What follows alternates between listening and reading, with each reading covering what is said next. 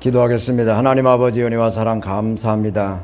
하나님께서 많은 사랑 가운데도 특별히 우리를 예배하시고 이렇게 택하셔서 하나님의 자녀로 예배자로 하나님의 사역자로 불러서 오늘 또 우리의 예배를 받아주시고 우리를 통해서 영광을 내려주시는 하나님을 찬양합니다.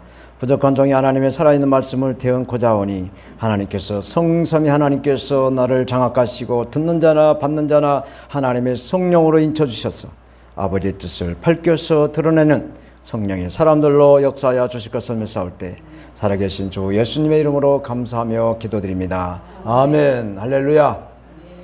오늘 저는 신명기 8장 1절에서 3절 말씀을 중심으로 인생의 광야 학교라는 제목의 하나님의 말씀을 받겠습니다. 오늘 본문의 말씀인 성경은 신명기 이 성경은 모세 오경의 마지막 말씀으로서 거듭 명령하다라는 뜻이 있습니다. 그래서 이스라엘아 들어라, 이스라엘아 기억하라 라는 말씀입니다. 출애굽을 시켜서 가나안 땅으로 인도하신 그 하나님을 바라보라는 것이죠. 하나님을 기억하라는 것입니다.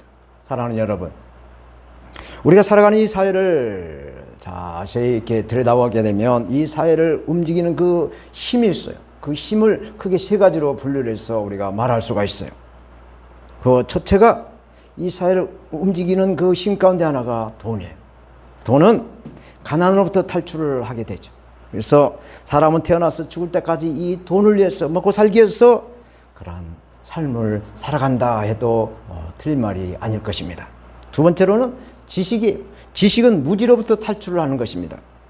근데 이 종말의 때는 성경에서 지식의 홍수 시대가 온다라고 말씀을 하고 있어요. 그래서 우리는 이 스마트폰이나 인터넷으로 이렇게 검색하면 지식이 넘쳐나요. 그러한 시대에 우리는 살고 있어요. 그래서 지금 종말의 시대에 살고 있다는 것을 알게 되는 것이죠.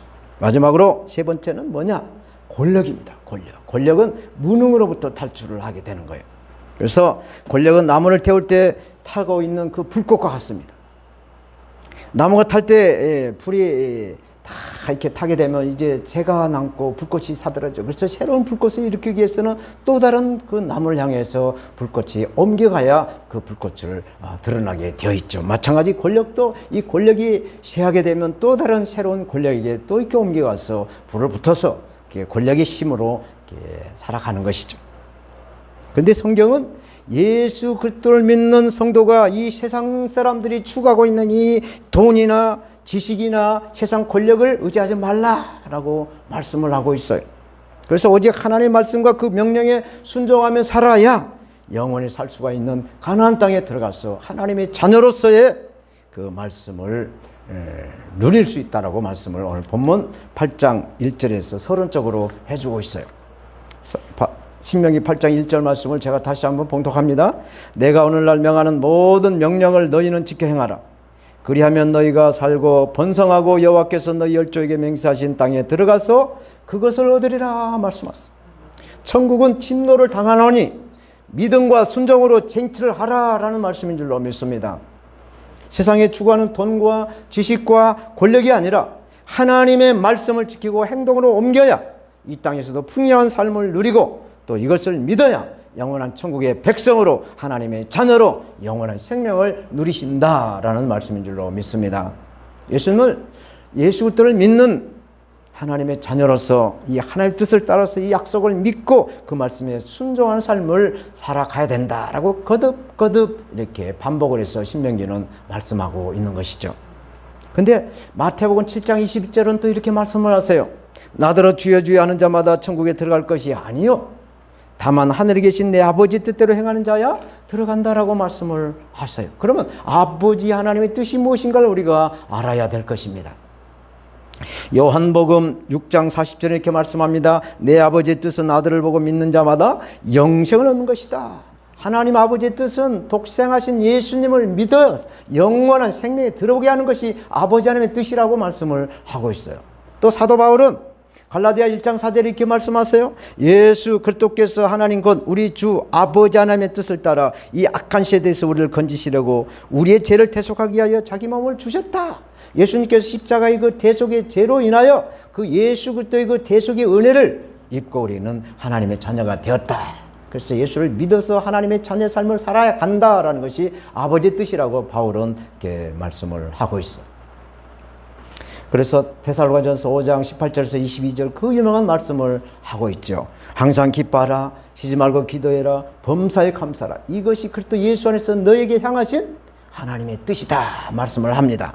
그래서 성령을 소멸치 말고 예언을 멸시치 말고 범사에 헤아려 좋은 것을 취하고 악은 어떠한 모양이라도 버려버려라 말씀을 하세요. 이것이 하나님의 뜻이다 라고 성경은 말씀해 주고 있습니다. 그런데 왜 예수 그리스도를 믿고 하나님의 뜻대로 살아가려고 정말 힘쓰고 애쓰고 진실한 그러한 성도들에게 이러한 광야 학교, 이러한 고난이 있는가인 것입니다. 오늘 본문의 2절은 본론의 말씀을 해주고 있어요. 네 하나님 여호와께서 이 40년 동안에 너로 광야의 길을 걷게 하신 것을 기억하라. 이는 너를 낮추시며 너를 시험하사 네 마음에 어떠한지 그 명령을 지키는지 아니 지키는지 알려 하십니다 라고 말씀하셨어요. 하나님께서 고난의 길, 광야의 길을 걷게 하신 그 이유가 있다는 얘기입니다. 그게 뭡니까? 저체로 낮추기 위함이라는 거예요. 겸손하게 해서 낮추신다라는 것입니다. 하나님은 교만을 가장 싫어하신다라고 성경은 말씀하세요. 하나님은 죄를 미워하시지만 아무리 많은 죄가 있는 사람이라 할지라도 겸손하게 하나님 앞에 와서 엎드려 해결하게 되면 불쌍히 여겨주시고 그 죄를 용서해 주시는 사랑의 하나님이신 줄로 우리는 믿습니다. 그래서 하나님은 잘못을 뉘우치고 하나님께 돌아서는 자를 그 모습을 보고 기뻐하세요. 하나님은 교만한 자를 물리치시고 겸손한 자에게 은혜를 주신다라고 야고보서 4장 6절은 말씀하고 있어요. 또 잠언서는 교만은 패망의 선봉이다. 교만하지 말고 겸손하라 라고 말씀을 하는 것입니다. 교만한 자는 감사할 줄 모릅니다. 왜 그렇습니까? 하나님의 은혜를 알지 못하기 때문에, 살아계신 하나님의 그 은혜를 모르기 때문에 그래요. 이러한 사람은 어떤 일이 잘 되면은 자기 자신의 힘으로 자기의 능력으로 잘 된다라고 생각합니다. 그러나 그 일이 잘못되면은 조상을 탓하고 하나님을 원망하고 불평을 한다라는 얘기죠. 이러한 사람은 결단코 가나안에 들어갈 수가 없어요. 출애굽기를 쭉 읽어보면 원망이와 불평을 가진 사람은 한 사람도 가나안 땅에 들어가질 않았어요. 다 광야에서 뼈를 다 묻혔어요. 오로지 광야의 그 많은 사람 가운데 여호수아와 갈렙만 하나님께서 가나안으로 입성을 시키는 것을 우리가 알게 됩니다. 그래서 우리는 늘 겸손하게 낮아지게, 원망이와 불평이는 다 십자가의 못을 받고 하나님의 그 말씀에 순종했어. 그래서 겸손한 자로 하나님이 이렇게 쓰시게 했어. 연단과 고난, 그래서 연고대를 우리에게 허락하신다라는 말씀인 줄로 믿습니다. 그래서 연단과 고난을 통과해야 하나님의 자녀로서 가나안의 천국에 들어가서 하나님의 그 유업을 누리게 하신다라는 하나님의 은혜의 말씀인 것입니다. 하나님은 우리의 삶을 어떻게 해서 우리가 이 죄성 있는 우리를 통해서 이 교만을 자꾸 비우게 하시고 낮추게 하고 겸손하게 이 조정을 하셔서 한 영혼이라도 더 구원시키려고 하시는 하나님의 그 인내, 하나님의 그 오래도록 참으시는 그 하나님이신 줄로 우리는 믿고 있어요. 두 번째로 우리에게 고난을 이 광야학교로 허락하신 것은 하나님의 명령을 지키는가 안 지키는가 이것을 알기 위해서 우리에게 고난을 허락하신다라고 말씀을 하세요. 이스라엘 백성들이 정말 광야의 그 길을 인도하신 그 하나님은 철저하게 이스라엘 백성들이 하나님의 말씀을 믿고 그 말씀대로 순종하는가 하는가 그것을 보시면서 하나님의 사람으로 만들어가는 그 하나님의 그 계획이고 하나님의 그 설계고 하나님의 그 모든 은혜와 처방전이 있다라는 얘기죠. 그래서 광야는 그 황량한 그 벌판에 비도 오지도 않고 나무 한 그룹도 나무 하나나 풀 한 포기도 제대로 살아갈 수 없는 그러한 광야. 오로지 바람만 불어대고 낮에는 뜨거운 태양열이 장렬해서 50도가 넘습니다. 그래서 낮에는 다닐 수가 없고 또 밤에는 또 추워서 얼어 죽을 수 있는 이런 광야에다가 사람을 집어넣고 훈련을 시켜서 겸손한 자로 아주 낮은 자로 이렇게 은혜를 받게 하시는 그러한 전략이고 처방전이라는 것입니다. 광야는 정갈과 또 독사들이 있습니다. 그래서 굉장히 위험해요. 사람이 살아갈 수 없는 것이 바로 광야예요. 이러한 곳에 훈련장을 하나님이 만들었어. 사람의 그 죄성을, 교만을 다 깎고 다 이렇게 내려놓게 했어. 훈련장으로 광야를 쓰셨어. 광야를 통해서 연단과 고난, 연고대를 사용하신다라고 말씀을 하고 있습니다. 모세는 왕궁에서 40년 동안 왕자 수업을 받았어요. 그래서 굉장히 하이클래스, 아주 굉장히 높은 그 지식을 가진 사람이었어요. 그래서 그 높은 지식, 그 학문, 그걸 가지고 나와서 사역을 해보니까 그 사역이 실패가 됐죠. 그래서 그 광야에 가서 40년을 훈련을 받습니다. 이 처절한 훈련을 받게 됐죠. 그리고 난 다음에 80세가 되어서 하나님께서 모세를 불러서 다시 그 광야에서 그 이스라엘 백성들, 하나님의 선민들을 이끌어서 가나안으로 들어가게 하시는 그러한 일을 하게 하신 것을 우리가 성경을 통해서 알게 되는 것입니다. 그래서 광야는 어떤 것이냐? 하나님을 만나는 것이다. 우리가 고난을 당하고 어려움이 있을 때, 하나님께서 나를 만나 주시려고 사인을 주고 있구나 라는 것으로 우리는 깨달아야 될 줄로 믿습니다. 성경을 보면 하나님이 사람을 지시고 많이 후회하셨다라고 말씀을 하셨어요. 왜? 제 갈 길로, 제 성으로 자기 마음대로 자기 주장대로 살아가고 있기 때문에 하나님은 하나님 형상으로 만드신 사람을 보고 후회하셨다라고 말씀을 하고 있어요. 근데 사람을 통해서 하나님 가장 행복해 하셨다라는 부분이 있어요. 그 부분이 어떤가? 광야에서 그랬다는 얘기죠. 하나님께서 성령의 구름 기둥으로 인도하시는 대로 이 이스라엘 백성들, 하나님의 백성들이 움직였다라는 사실이죠. 마침 큰 교회에서 그 성가대 지휘자가 그 성가대 그 지휘봉으로 탁탁 움직일 때마다 탁탁 그 시작과 끝을 내는 그 대원들의 그 일사불란한 그 찬양의 모습처럼 하나님께서 불기둥으로 움직이면 움직인 만큼 움직이고, 구름기둥으로 움직이면 움직인 만큼 백성들이 움직이고, 가만히 있으면 그대로 있는 그 모습을 보고 40년 동안 하나님께서 그 광야에서 훈련받는 그 이스라엘 백성들을 보고 행복해 하셨다라고 성경의 그 신학자들은 그런 말을 하고 있죠. 광야는 40년 동안 이스라엘 백성들의 옷이 떨어지지 않았다라고 성경은 말씀하죠. 또 만나와 메추라기를 통해서 굶주리지도 않게 했다라고 하시죠. 그래서 맨발로 광야길을 40년 동안 다녔어도 발이 부럽트거나 무슨 상하는 일이 없었다라고 성경은 말씀해주고 있어요. 이러므로 우리는 이 광야는 정말 우리가 죽으러 가는 그 길이 아니라 죽음에서 다시 생명으로 인도하는 하나님의 그 은혜의 길이라는 것을 우리는 잊지 말아야 된다. 그래서 광야는 하나님을 만나는 만남의 장소가 될 줄로 믿습니다. 그래서 시편 기자는 이렇게 고백을 해요. 시편 121편. 이건 신학교에서나 우리 큰 교회에서나 모든 교회에서 암송 구절을 주지. 시편 121편. 내가 산을 향하여 눈을 들리라. 나의 도움이 어디서 올꼬? 나의 도움이 천지를 지으신 여호와께서로다. 이스라엘을 지키시는 자는 졸지도 아니하시고 주무시지도 않는다. 여호와는 나를 지키시는 자라. 여호와께서 내 우편에서 내 그늘이 되시나니 낮의 해가 나를 상치 아니하고 밤의 달도 나를 해치 않는다. 여호와께서 나를 지켜 모든 환난을 면케하시며 내 영혼을 지키시로다. 여호와께서 나의 주력을 지금부터 영원까지 지키신다라고 시편 기자는 고백을 하죠. 만약 우리에게 시련이나 고난이 왔을 때 우리는 이러한 고난만 생각하지 말라는 것이죠. 이 환난만 보지 말라는 것입니다. 이 연고대를 통해서 주실 하나님의 은혜요 사랑인 그 살아계신 하나님을 바라봐야 한다라는 말씀을 하고 있습니다. 올해는 코로나 바이러스가 창궐해서 정말 저는 이 교회를 개척해가지고 꼼짝없이 교회에 와서 하나님 말씀 보고 하나님께 기도하는 그 시간들을 보내고 있어요. 이것이 상당히 굉장히 그 하나님의 큰 은혜다라는 것을 깨닫게 해주셨어요. 근데 정부는 이 코로나 바이러스를 이용을 해서 교회를 핍박하는 것을 예수 믿는 사람이라면 누구나 다 느끼고 있는 것이죠. 그래서 우리는 하나님 앞에 더욱더 엎드려야 된다는 것을 알게 했어요.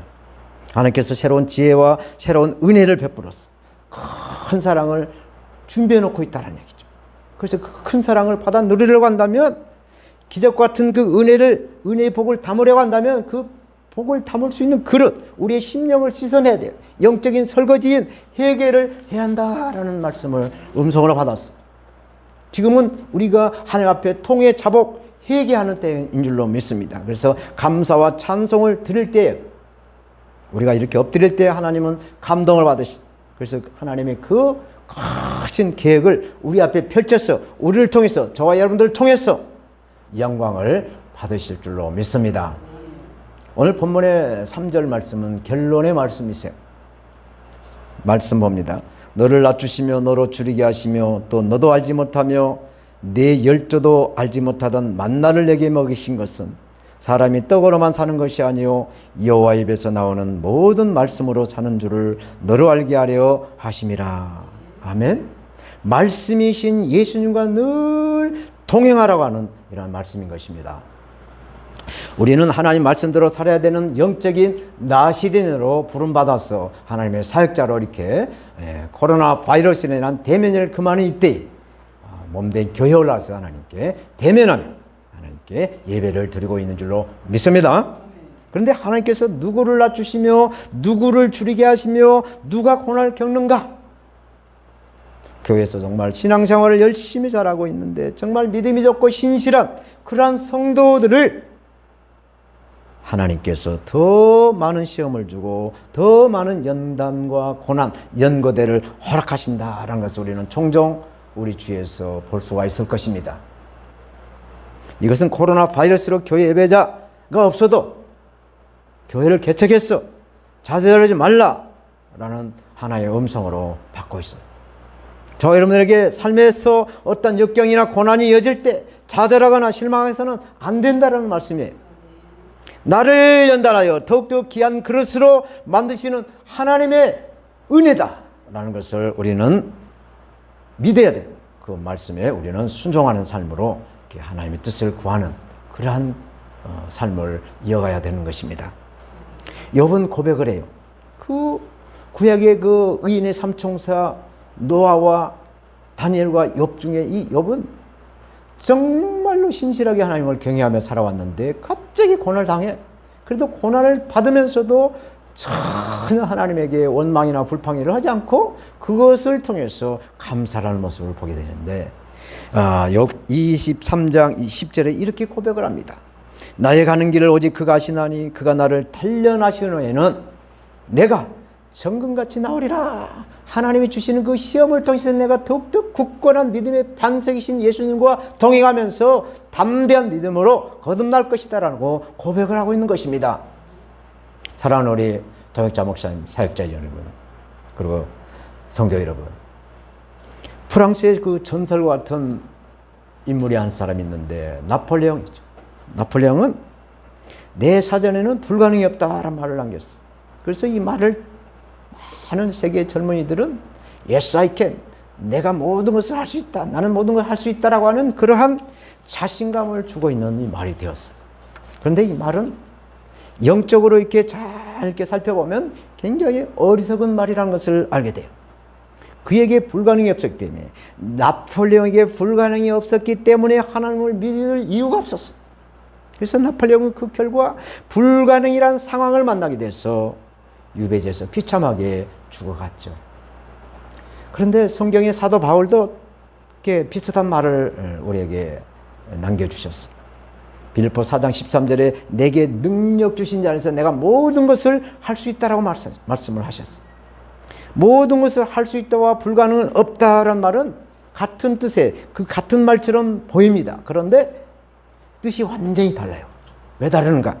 나폴레옹은 내 사전이라고 하는 자기 자신을 말하고 있어요. 그러나 사도 바울은 내게 능력 주신 자네, 능력을 주시는 그 하나님 은혜 안에서 모든 것을 할 수 있다라고 고백을 하고 있는 것이에요. 우리가 주님 안에서 모든 것을 할 수 있다는 것이 아닙니다. 우리가 주님 안에 있으므로 주님께서 모든 것을 이루어서 우리의 삶으로 나타나게 하신 그 진리신 예수님이 우리에게 있다라는 말씀인 것이에요. 아멘. 그러므로 우리는 성령으로 강하고 담대하게 예수 그리스도에 꼭 붙어 있어야 돼. 복음서에 보면 예수님은 포도나무라고, 우리 같은 성도들은 포도나무의 가지라고 그래요. 그래서 가지가 그 포도나무에 붙어만 있으면, 요즘 포도철인데 포도 열매는 절로 맺힌다라고 말씀을 하죠. 그래서 예수 그리스도는 어제나 오늘이나 영원토록 동일하시다라고 히브리서 기자는 13장 8절에 말씀하고 있어요. 그 예수님이 포도나무에만 붙어 있으면 그 가지는 열매를 절로 맺게 하시는 그 예수님이 어제나 오늘 영원토록 동일하게 계신다 말씀을 하시는 것입니다. 베드로전서 2장 20절은 또 이렇게 말씀하세요. 죄가 있어 매를 맞고 참으면 무슨 칭찬이 있으려? 오직 선을 행함으로 고난을 받고 참으면 이는 하나님 앞에 아름다움이라고 말씀하셨어요. 우리가 죄를 짓고 회개했어. 하나님 앞에 다시 무릎을 꿇었을 때 하나님도 기뻐하시지만 우리가 죄를 멀리하고 죄와 타협하지 않고 이 죄성을 십자가의 못을 받고 선을 향해 의를 향해 먼저 그의 나라와 그 일을 구할 때 하나님께서 더 큰 멸관, 더 큰 상급을 예비해서 우리에게 주신다라는 말씀인 줄로 믿습니다. 이런 예수님을 믿는 삶 가운데 나타나는 이 고난은 우리를 더욱더 유익하게 해서 우리로 하여금 영광을 받으시는 하나님의 은혜신 줄로 믿습니다.